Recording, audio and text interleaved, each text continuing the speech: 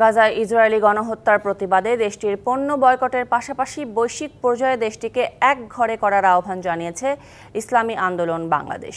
রাজধানীতে জাতীয় মসজিদের সামনে আয়োজিত সমাবেশে এ আহ্বান জানান বক্তারা। গেল বছরের অক্টোবর থেকে গাজায় ইসরায়েলের চালানো আগ্রাসনে প্রাণ গেছে হাজার হাজার নিরীহ ফিলিস্তিনের, বাস্তুচ্যুত হয়েছে লাখ লাখ গাজাবাসী।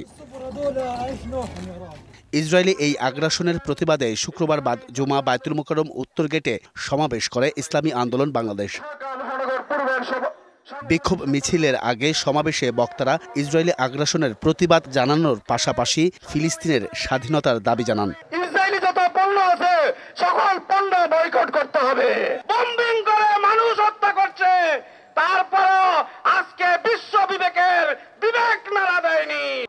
এ সময় ইসরায়েলি পণ্য বয়কটের পাশাপাশি বিশ্বব্যাপী দেশটিকে একঘরে করার আহ্বান জানান তারা। প্রতিটা পণ্য ক্রয়ের আগে নিশ্চিত হন এই পণ্যের সাথে ইহুদিদের কোনো সম্পর্ক আছে কিনা। স্বাধীন ফিলিস্তিন রাষ্ট্র বিশ্ব মানচিত্রে আবার পুনরায় ঘোষণা করুন।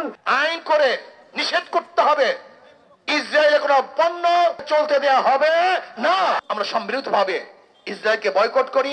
ইসলামী আন্দোলন বাংলাদেশ সরাসরি ইসরায়েলের বিপক্ষে যুদ্ধ ঘোষণা করছে আজকে ইনশাআল্লাহ। পরে পল্টন এলাকায় বিক্ষোভ মিছিল করে ইসলামী আন্দোলন বাংলাদেশ। Ariful Islam, BBC news, Dhaka.